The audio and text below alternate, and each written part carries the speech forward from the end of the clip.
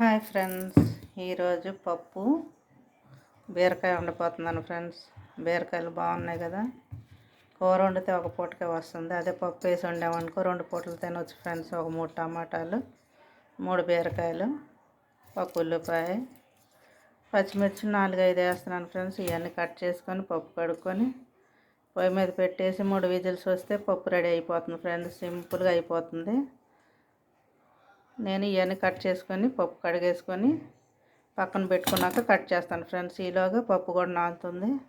పప్పు కడుక్కొని పసుపు, కారం, కొద్దిగా నూనె పోసాను ఫ్రెండ్స్. ఎందుకంటే కారం చూసి వేసుకోండి. బీరకాయ తీగా ఉంటుంది కాబట్టి కొంచెం ఎక్కువ పడుతుంది ఫ్రెండ్స్. అందుకని కారం, పచ్చిమిర్చి ఎక్కువ వేసుకుంటాను. అన్నీ కట్ చేసి వేసేసాను ఫ్రెండ్స్.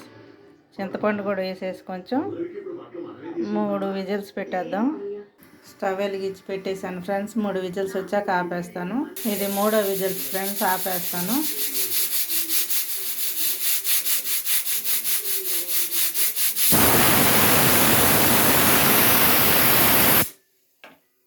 స్టవ్ ఆపేసాను. 3 విజిల్స్ వచ్చినాయి ఫ్రెండ్స్. ఆవిరిపోయాక పప్పు రుబ్బి తాలింపేస్తాను. అన్నం కూడా అయిపోయింది ఫ్రెండ్స్. ఆవిరిపోయేలాగా తాలింపులకు రెడీ చేసుకున్నాను ఫ్రెండ్స్. ఎండుమిర్చి, కరివేపాకు, ఒక ఉల్లిపాయ, ఒక ఎల్లుల్లిపాయ ఒలుచుకున్నాను.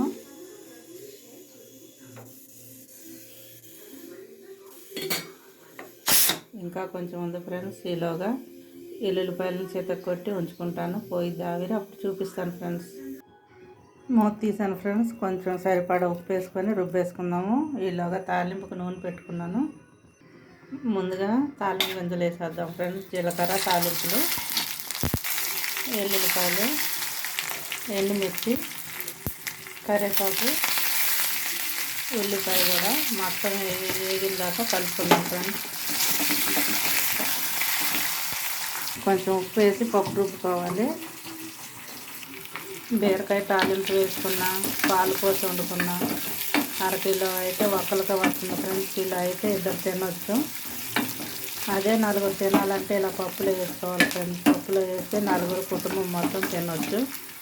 నేనైతే ఎక్కువగా దోసకాయలు అవన్నీ, బీరకాయలు అవన్నీ అన్నీ పప్పులోనే వేస్తాను ఫ్రెండ్స్.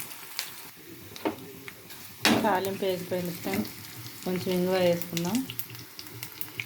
అలవాటు ఉన్న వాళ్ళు వేసుకోండి, లేకపోతే వద్దు ఫ్రెండ్స్. నేను పప్పులో కంపల్సరీ వేస్తాను, పచ్చడిలో, పప్పులో. బీరకాయ పప్పు అయితే రెడీ అయిపోయింది ఫ్రెండ్స్. తాలింపు దీంట్లో కలిపేసుకుంటే పప్పు రెడీ.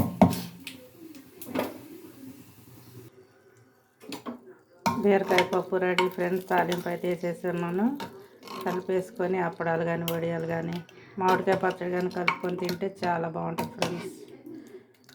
ఎంతమందికి ఇష్టమో లైక్ చేయండి, కామెంట్ పెట్టండి, సబ్స్క్రైబ్ చేయండి ఫ్రెండ్స్. నా అన్నం కూర అయితే అయిపోయింది. ఈరోజు ఇదే ఫ్రెండ్స్, మామిడికాయ పచ్చడి, బీరకాయ పప్పు.